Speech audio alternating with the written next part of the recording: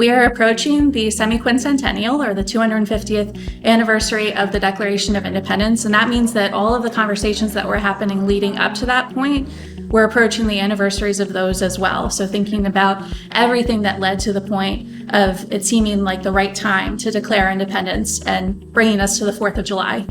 We thought it was really important, as we anticipated the signing of the Declaration of Independence, to have students engaged with this historical moment. So today at Legislative Hall, we are bringing together 50 students from across the state. All 3 counties are represented to engage with the question of independence.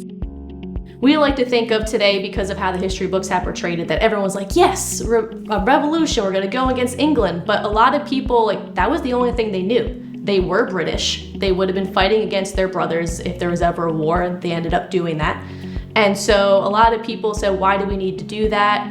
We're paying taxes, yes, but with the British, how are we going to go against the British Army, the British Navy, the 2 greatest military powers in the world, and we don't even have a military? I think the decision was much more contentious than we tend to remember or commemorate, and that's something that's really important as we approach the 250th, to remember that there were deep political divisions at that time, just like there are today, and there's ways to relate to both sides of the debate, whether it was the right time to declare independence, the needs to find foreign allies and to create a confederation among the colonies, the need to keep waging the war and eventually secure independence from Great Britain. All of that was weighing on the delegates' minds, and I hope that's something that the students are able to feel today.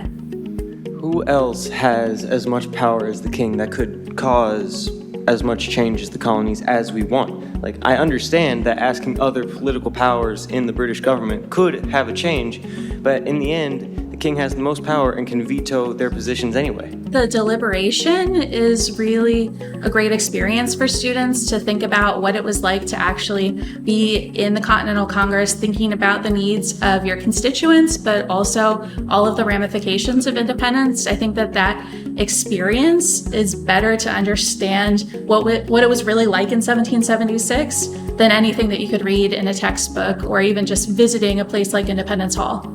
I know I'll remember this, I won't remember this stuff in the book. I like hands-on projects. Learning with my hands and my brain and reenacting what's actually going on is, in my opinion, a better way of learning than just writing stuff down in a textbook, because I feel like I'm personally more likely to forget that, and I feel like a lot of other people feel the same way. We wanted students to feel the power and to recognize that they are not only thinking about that historical moment, but they are actually in the space where these ideas of civil discourse continue to unfold, where today the decisions that happen in this building are ones that affect us and affect the citizens of the state of Delaware. So we wanted students really to feel that this wasn't just a historical recreation, but in fact that this was a moment really to help them feel the weight of all of that history, and hopefully to inspire them as they move forward to being the next generation of our state's leaders, to give them this moment to be in a space that maybe some of them will come back to and be our own elected officials in a few years' time.